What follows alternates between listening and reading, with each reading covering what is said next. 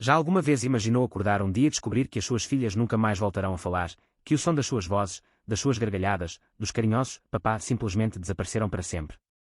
Foi exatamente isso que aconteceu a Paulo Martins, um multimilionário português. Mas um dia, ele chegou mais cedo de uma reunião e viu as suas filhas gêmeas com uma bata, a brincar aos médicos com a nova empregada de limpeza. E o que mais o chocou foi que as meninas falaram pela primeira vez após a perda da mãe. Esta história vai emocioná-lo do princípio ao fim. Antes da história, subscreva o nosso canal. Damos vida às memórias e às vozes que nunca tiveram espaço, mas que guardam a sabedoria de toda uma vida. Paulo Martins encontrava-se no topo do mundo, ou pelo menos no topo de um dos arranha-céus mais altos de Dubai, quando o seu mundo ruiu. A suíte do hotel era um monumento ao luxo impessoal, vidro, aço e uma vista panorâmica sobre uma cidade que parecia um circuito eletrónico a brilhar no deserto. Ele tinha acabado de fechar um negócio de milhões, mas o toque do telemóvel soou agudo e dissonante naquele ambiente controlado. Era uma chamada de Portugal, um número que ele não reconheceu de imediato, mas um pressentimento gelado percorreu-lhe a espinha. A notícia foi transmitida de forma crua, desprovida da delicadeza que uma tragédia daquela magnitude exigia. A sua esposa, Carla, tinha falecido num acidente de viação súbito e violento. Mas o golpe mais cruel não foi apenas a perda da mulher que amava. As suas filhas gêmeas, Mariana e Beatriz, duas meninas de apenas 5 anos, estavam no carro com ela. Sobreviveram, mas o impacto sobre elas fora profundo, de uma forma que ninguém ainda compreendia. O regresso a casa foi um borrão de voos privados, rostos compassivos e um silêncio interior que era mais ensurdecedor do que qualquer ruído. Quando finalmente atravessou os portões da sua imponente quinta nos arredores de Sintra, o silêncio exterior espelhou o seu caos interior. A casa, normalmente vibrante com a energia de Carla e as risadas das meninas, estava mergulhada numa quietude pesada e sufocante. Era um silêncio que parecia ter peso e textura, um manto que abafava o som dos seus próprios passos no chão de mármore. Mariana e Beatriz estavam sentadas no quarto de brincar, um espaço outrora mágico, agora transformado num santuário de dor. Estavam abraçadas uma à outra com uma força desesperada, os seus pequenos corpos rígidos, os olhos fixos num ponto vago na parede, um vazio que refletia o que sentiam por dentro. Ele ajoelhou-se à frente delas, o seu coração a despedaçar-se com a visão. Tentou falar, a sua voz um sussurro rouco. Implorou por uma palavra, um olhar, um soluço, qualquer coisa que quebrasse aquele feitiço terrível. Nada. As meninas simplesmente tinham deixado de falar. As suas vozes, antes o som mais doce do seu universo, tinham sido extintas. Nos dias que se seguiram, transformados em semanas de angústia, Paulo fez o que qualquer pai desesperado faria. Mobilizou a sua fortuna, os seus contactos, a sua influência. Ligou para os melhores especialistas de Portugal, procurando uma cura, uma explicação, uma réstia de esperança. Foi assim que a doutora Sandra Rodrigues entrou em cena. Neurologista de renome, uma velha amiga da família e consultora da prestigiada Clínica Lusitana, a sua chegada foi como um farol na escuridão. Sandra examinou as gêmeas com uma atenção meticulosa e uma calma profissional que, por momentos, tranquilizou Paulo. Realizou uma bateria de testes, ressonâncias magnéticas, avaliações complexas, consultando até um colega neurologista do Porto. Finalmente, dias depois, com os resultados dos exames numa pasta elegante, ela sentou-se com Paulo no seu escritório, a sua expressão grave a anunciar a tempestade. Paulo, lamento imenso, começou ela, a sua voz tingida de uma compaixão cuidadosamente ensaiada. O trauma da perda foi tão severo que causou mutismo permanente. Elas nunca mais voltarão a falar. Paulo sentiu o chão desaparecer sob os seus pés. A palavra nunca ecoou na sua mente como uma sentença de morte. Nunca, perguntou ele, a voz a tremer, a palavra a rasgar-lhe a garganta. Nunca, confirmou Sandra, pousando uma mão no seu ombro num gesto de falso consolo. Mas faremos tudo o que estiver ao nosso alcance. Terapias, tratamentos experimentais, acompanhamento contínuo. Podes contar comigo para tudo. E assim começou uma maratona de 6 meses de desespero e despesa. Consultas infindáveis, medicamentos com nomes complicados, terapias caríssimas e aparelhos importados que prometiam milagres. Paulo gastou fortunas, transformando a quinta numa clínica privada de luxo. Os melhores profissionais da Europa desfilaram pelos corredores silenciosos da casa, mas Mariana e Beatriz permaneciam no seu mundo inexpugnável de silêncio. A quinta, antes um lar cheio de vida, tornou-se um mausoléu. Os risos infantis foram substituídos pelo zumbido dos equipamentos médicos. Paulo mal conseguia dormir. Durante o dia, mergulhava no trabalho de forma frenética, uma tentativa vã de fugir aos seus pensamentos. À noite, sentava-se à beira da cama das filhas, observando-as a dormir, os seus rostos serenos a contrastar com a tempestade no seu coração, perguntando-se se algum dia voltaria a ouvir as suas vozes a chamá-lo de papá. Foi então, no auge do seu desespero, que tudo mudou. 6 meses após a tragédia, a logística da casa estava a tornar-se insustentável. A equipa de empregados estava sobrecarregada com os cuidados extra e a manutenção da clínica improvisada. Paulo mal conseguia cuidar de si mesmo, quanto mais de uma propriedade enorme. Precisava de contratar alguém para ajudar na limpeza e organização. Foi assim que Sofia Reis entrou nas suas vidas. Sofia tinha 30 anos, olhos cansados que pareciam carregar o peso do mundo, e um sorriso discreto que escondia mais histórias do que revelava. No seu currículo, lia-se simplesmente, empregada doméstica, experiência em casas de família. O que o currículo não dizia era que, até 2 anos antes, Sofia tinha sido uma enfermeira promissora, a trabalhar num dos principais hospitais do Porto, até que o seu mundo desabou. Sofia foi acusada de negligência médica após a morte de um paciente. A investigação foi apressada, o relatório técnico, devastador. Perdeu a sua cédula profissional, o emprego, a reputação. Perdeu a vida que tinha construído com tanto esforço. E o relatório que a destruiu fora assinado pela mesma pessoa que agora tratava das filhas do seu novo patrão, a doutora Sandra Rodrigues. Sofia não fazia a menor ideia. O destino, por vezes, tece estas ironias cruéis. No seu primeiro dia de trabalho, Sofia chegou à quinta com uma mochila velha aos ombros e um nervosismo contido. Paulo mal olhou para ela. Deu-lhe as instruções básicas de forma mecânica, mostrou-lhe a casa num tour rápido e indiferente, e retirou-se para o seu escritório, o seu refúgio. Mas Sofia notou as meninas imediatamente. Mariana e Beatriz estavam sentadas no tapete da sala, a brincar em silêncio com bonecas. Nenhum som, nenhuma palavra, apenas gestos lentos e deliberados. Os seus rostos eram máscaras de porcelana, belas e inexpressivas. Sofia sentiu um nó apertar-se no peito. Ela conhecia aquele olhar, aquele vazio. E então, sem pensar muito, enquanto limpava o pó dos móveis da sala, Sofia começou a cantarolar. Era uma canção de embalar antiga, uma melodia que a sua avó lhe cantava quando era criança. A sua voz era suave, melodiosa, carregada de uma ternura genuína que não se aprendia em manuais. Mariana levantou a cabeça, os seus olhos grandes e curiosos fixos em Sofia. Beatriz parou de mover a sua boneca. Ambas olharam para Sofia com uma atenção que nenhum especialista car tinha conseguido despertar em 6 longos meses. Paulo, que passava pelo corredor a caminho da cozinha, ficou paralisado. Observou de longe, escondido pela ombreira da porta, o coração a acelerar descontroladamente no peito. As suas filhas estavam a reagir. Nos dias seguintes, algo estranho e maravilhoso começou a acontecer. Mariana e Beatriz começaram a seguir Sofia pela casa como 2 pequenas sombras silenciosas. Não falavam, mas ficavam perto, observando cada movimento dela com uma intensidade serena. E Sofia, quase sem se dar conta, foi criando uma rotina. Cantava enquanto trabalhava, contava histórias em voz alta para um público imaginário, fingia conversas divertidas consigo mesma que faziam as meninas esboçar sorrisos tímidos, quase imperceptíveis, como o desabrochar de uma flor em câmara lenta. Paulo começou a chegar mais cedo do trabalho, inventando desculpas para si mesmo, apenas para poder observar aquela interação silenciosa. Ele via algo que os médicos e as suas máquinas não tinham conseguido. Sofia estava, de alguma forma, a devolver a vida àquela casa. Ele não entendia como, e essa falta de compreensão incomodava-o, mas a esperança, uma emoção que ele pensava ter perdido para sempre, começava a germinar no seu coração. Passaram-se 3 meses. Sofia já era uma parte indispensável da rotina. As gêmeas seguiam-na para todo o lado, as suas leais e silenciosas guarda-costas. E então, numa tarde banal de abril, o extraordinário aconteceu. Paulo chegou mais cedo do que o costume. A casa estava estranhamente silenciosa, mas não era o silêncio pesado de antes.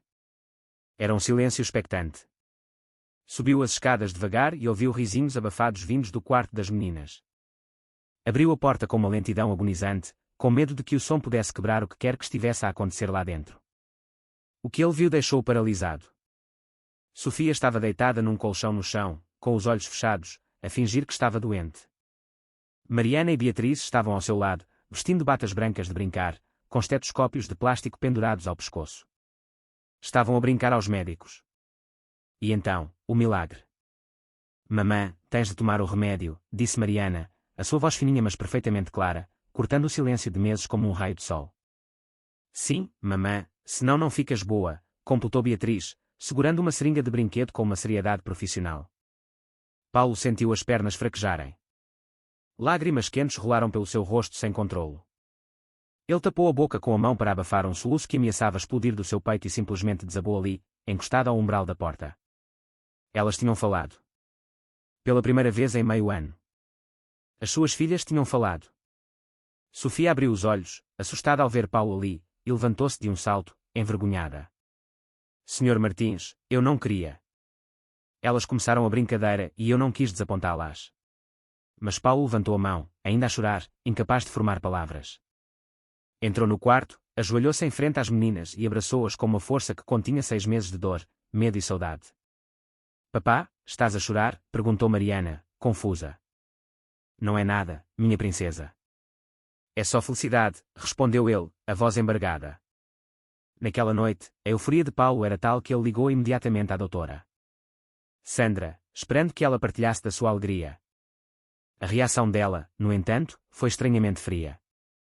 Paulo, isso é preocupante, disse Sandra, a sua voz séria do outro lado da linha. As meninas estão a chamar mamã a uma empregada. Isso pode ser um sinal de apego inseguro, de confusão emocional. Essa mulher representa um risco. Risco, Sandra. Elas voltaram a falar, retorquiu Paulo, incrédulo. Temporariamente e de forma desordenada. Preciso de avaliar isto pessoalmente. E com todo o respeito, Paulo, tu sabes quem é realmente essa mulher. De onde ela veio? Já verificaste os seus antecedentes? Paulo ficou em silêncio. A dúvida, como uma semente venenosa, foi plantada na sua mente. Vou investigar, disse Sandra, com um tom de falsa preocupação. Por precaução. E foi aí que tudo começou a desmoronar-se novamente. Sandra, com a sua vasta rede de contactos, não demorou a descobrir o passado de Sofia. E foi diretamente contar a Paulo, apresentando os factos da forma mais alarmista possível. Ela foi expulsa da enfermagem por negligência. Causou a morte de um paciente. Perdeu a cédula. Está a trabalhar ilegalmente como enfermeira disfarçada de empregada. Queres mesmo essa pessoa perto das tuas filhas? Paulo sentiu o sangue gelar nas veias. A traição e o medo toldaram o seu julgamento. Chamou Sofia ao seu escritório naquela mesma noite. É verdade? Perguntou ele, a sua voz dura e fria como aço. Foste enfermeira? Perdeste a cédula? Sofia baixou a cabeça, as mãos a tremer. Sim. Mas não foi como disseram. Fui vítima de uma injustiça. O paciente já estava em estado crítico quando chegou. Eu fiz tudo o que pude. Mas mentiste. Mentiste no teu currículo. Entraste na minha casa a esconder quem realmente és. Eu precisava de trabalhar. Ninguém contrata uma enfermeira sem cédula. Eu não tive escolha. Sai da minha casa, disse Paulo, a sua voz desprovida de qualquer emoção. Sofia sentiu as lágrimas a caírem, mas não implorou. Apenas apanhou as suas poucas coisas e foi-se embora, o seu coração em pedaços. E Mariana e Beatriz, que tinham ouvido tudo do cimo da escada, voltaram ao silêncio. Nos dias seguintes, a quinta mergulhou numa escuridão ainda mais profunda do que antes. Paulo contratou outra pessoa, mas as meninas regrediram completamente. Deixaram de falar outra vez. Permaneciam no quarto, abraçadas, a olhar para a porta como se esperassem que Sofia regressasse a qualquer momento. Paulo estava desesperado e furioso. Furioso com Sofia por ter mentido. Furioso com Sandra por ter razão. E furioso consigo mesmo por ter permitido que tudo acontecesse. Mas então, algo chamou a sua atenção. Enquanto procuravam os documentos no seu escritório, num ato de arrumação desesperada para ocupar a mente, Paulo encontrou um relatório médico antigo, escondido no fundo de uma gaveta trancada. Era sobre Mariana e Beatriz, datado de há 6 meses. Assinado por um doutor Rui Andrade, do Porto. Paulo franziu o sobrolho. Não conhecia aquele médico. Porque haveria um relatório dele sobre as meninas. Abriu o documento e começou a ler. E quanto mais lia, mais o seu mundo se desmoronava. O relatório dizia: as pacientes apresentam trauma emocional agudo e perturbação do processamento sensorial. Diagnóstico: mutismo seletivo temporário. Com prognóstico excelente. Com intervenção adequada, ambiente acolhedor, estímulos sensoriais suaves, musicoterapia e presença afetiva constante, espera-se a recuperação total da fala em 3 a 6 meses. Paulo leu 3 vezes, a sua respiração a ficar presa no peito. Depois, com as mãos a tremer, pegou no telemóvel e ligou para o Dr. Rui Andrade. Estou. Quem fala? Dr. Rui, o meu nome é Paulo Martins. O senhor avaliou as minhas filhas há 6 meses. Preciso de perceber uma coisa. Por que é que eu nunca recebi este relatório? Houve uma pausa do outro lado da linha. Senhor Martins, eu enviei o relatório diretamente para a doutora Sandra Rodrigues, tal como ela solicitou. Ela disse que lhe entregaria tudo pessoalmente. Paulo desligou e ficou a olhar para o vazio. Sandra. Ela escondeu o relatório. Mudou o diagnóstico. Mentiu-lhe. E de repente, tudo fez sentido. Os tratamentos caros, as consultas intermináveis, a insistência de Sandra em continuar a acompanhar as meninas, a clínica lusitana a faturar milhões com terapias experimentais. Mariana e Beatriz eram as pacientes modelo, um caso raro, um estudo de caso lucrativo. Paulo sentiu a raiva a ferver dentro dele, uma fúria fria e calculista. Mas antes de fazer qualquer coisa, precisava de ter a certeza absoluta. 2 dias depois, Paulo colocou Mariana e Beatriz no carro e conduziu até ao Porto. Marcou uma consulta com o Dr. Rui, sem avisar ninguém. Nem Sandra, nem a equipa em casa. Ninguém. E levou Sofia com ele. Sim, a Sofia. Ele encontrou-a, pediu-lhe desculpa de joelhos, implorou que os acompanhasse, porque no fundo, Paulo sabia que ela era a única pessoa que realmente importava para as meninas. O consultório do Dr. Rui era simples, acolhedor. Ele examinou as gêmeas com calma, fez perguntas, observou a interação delas com Sofia. Depois, olhou para Paulo com um sorriso tranquilo. Senhor Martins, as suas filhas nunca tiveram mutismo permanente. O diagnóstico sempre foi temporário. O trauma que elas sofreram precisava de ser tratado com afeto, presença e segurança emocional. E pelo que estou a ver, ele olhou para Sofia, que segurava as mãos das meninas, elas encontraram exatamente isso. Paulo fechou os olhos e respirou fundo. Então a Sandra mentiu. Não sei o que a doutora Rodrigues lhe disse, mas posso afirmar que o tratamento correto nunca foi medicação forte nem terapias invasivas. Era amor, presença, música, brincadeira. Tudo aquilo que, aparentemente, esta jovem lhes ofereceu sem cobrar nada. Paulo olhou para Sofia, que tinha os olhos cheios de lágrimas, e pela primeira vez em muitos meses, sorriu genuinamente. Quando regressaram a Sintra, Paulo sabia o que tinha de fazer. Mas Sandra foi mais rápida. Antes que ele pudesse expor o que quer que fosse, a imprensa explodiu com uma notícia devastadora. Enfermeira inabilitada infiltra-se na quinta de multimilionário e manipula crianças vulneráveis. Fotos de Sofia a entrar e a sair da casa, artigos a detalhar o caso de negligência, entrevistas com especialistas a dizer que ela representava um perigo. A Comissão de Proteção de Crianças e Jovens foi chamada e Sofia foi afastada da casa por medida de proteção. Mariana e Beatriz colapsaram. Deixaram de comer, de dormir, e regressaram a um silêncio absoluto, mais profundo e desolador do que nunca. Paulo, ao ver as suas filhas a definharem, tomou a decisão mais importante da sua vida. Iria destruir Sandra Rodrigues. Contratou os melhores investigadores privados de Portugal, auditores forenses, advogados especializados em fraude médica, e começou a escavar. O que encontraram foi pior do que ele alguma vez imaginara. Sandra tinha falsificado diagnósticos de dezenas de pacientes ao longo dos anos. Desviava fundos de investigações, manipulava relatórios para justificar tratamentos caros e desnecessários, usava a clínica lusitana como plataforma pessoal de enriquecimento. E havia outras vítimas. Muitas. Entre elas, Sofia. O caso de negligência que destruiu a sua carreira fora forjado. O paciente já estava em estado terminal. A morte era inevitável. Mas Sandra assinou um relatório falso a culpar Sofia para proteger um médico influente, amigo dela. Paulo sentiu uma mistura de nojo e culpa. Ele tinha acreditado nela, confiado nela, e quase perdeu as suas filhas por causa dela. As provas foram entregues ao Ministério Público. Os meios de comunicação social de investigação pegaram no caso e, em poucas semanas, o escândalo estava em todos os jornais de Portugal. Sandra tentou negar, tentou contra-atacar, mas os documentos não mentiam. Os testemunhos eram devastadores. O julgamento foi rápido. Sandra Rodrigues foi condenada por fraude médica, falsificação de relatórios, desvio de recursos e associação criminosa. 30 anos de prisão. Perda definitiva da cédula profissional. Devolução de todos os valores desviados. E Sofia Reis foi completamente ilibada. O seu caso foi reaberto, revisto, e o relatório de Sandra foi anulado.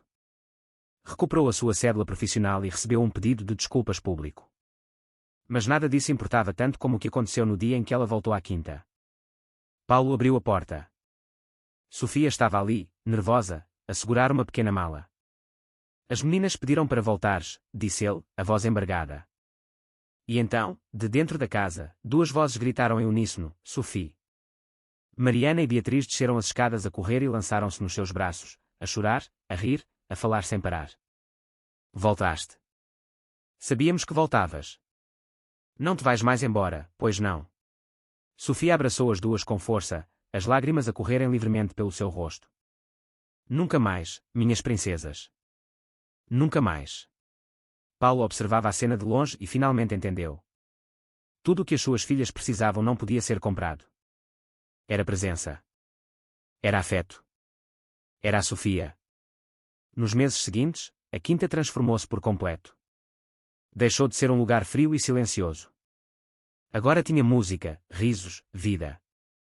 Paulo criou a Fundação Martins, dedicada a combater fraudes médicas e a ajudar crianças vítimas de trauma. Sofia tornou-se consultora clínica da Fundação, usando a sua experiência para formar profissionais sobre a importância do acolhimento emocional no tratamento infantil. E Mariana e Beatriz voltaram a ser crianças, plenamente. Falavam, brincavam, sonhavam. Passaram-se 10 anos. Mariana e Beatriz, agora com 15 anos, subiram ao palco num evento da Fundação Martins. Centenas de pessoas na audiência, câmaras de televisão, olhares atentos. E Mariana, a segurar o microfone com firmeza, disse: quando eu tinha 5 anos, perdi a minha mãe e perdi a minha voz. Os médicos disseram que eu nunca mais voltaria a falar. Mas eles estavam errados.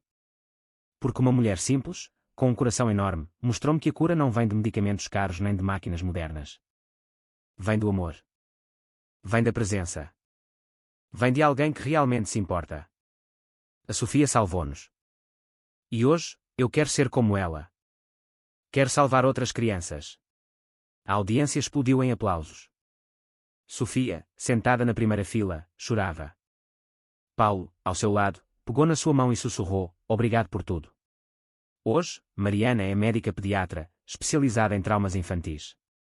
Beatriz é psicóloga infantil. Ambas trabalham na Fundação Martins, a ajudar crianças que passaram pelo que elas passaram.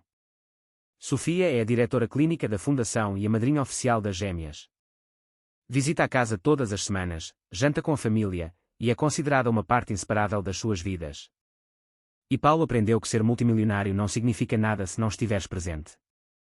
Hoje, dedica a sua vida a causas sociais, à Fundação, e a ser o pai que Mariana e Beatriz merecem. A quinta em Sintra, que um dia foi um sepulcro silencioso, agora transborda de alegria. Música pelas manhãs, conversas pelas tardes, abraços antes de dormir. Porque, no final, a maior fortuna de Paulo Martins não estava nas suas contas bancárias. Estava nas vozes das suas filhas. E na mulher que lhes devolveu. Subscreva o canal e comente de que cidade é. E até à próxima história.